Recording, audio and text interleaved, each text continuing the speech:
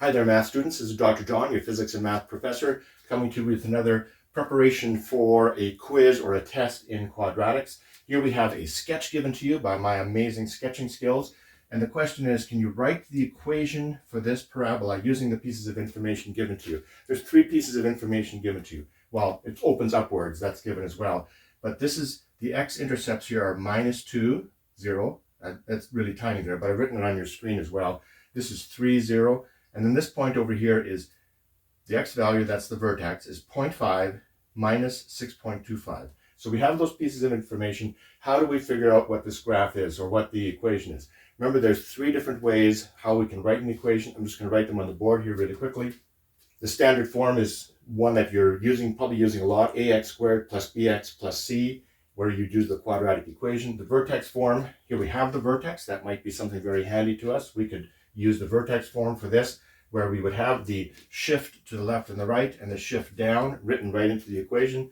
And then the factored form, where we have these values here quite nicely displayed for us. Well, since we have these values, why don't we use the factored form and see if we can get an equation for this parabola. I'll erase this.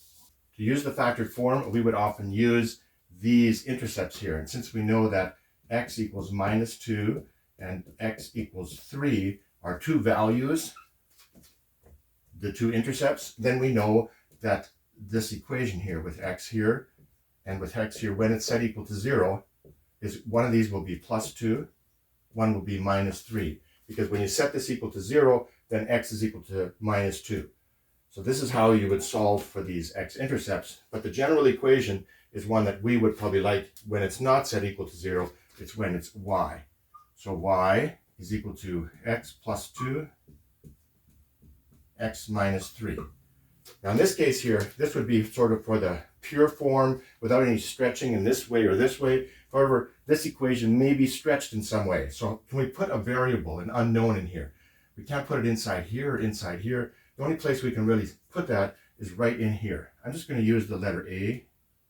This has nothing to do with the a in the standard form, the ax squared plus bx plus c. It's just a letter that we're using to try to figure out if there's an unknown that we can put in there. There's only one that we can put in here. Fortunately, there's one still piece of information that we've been given that we haven't used. So I'm just going to erase some of this here so we have room to work and say, well, what information do we have? Well, in this case, the y is equal to this. So y is equal to minus 6.25 when, I'll put this letter a in there, when x is equal to 0.5. So 0.5 plus 2 times 0.5 minus 3.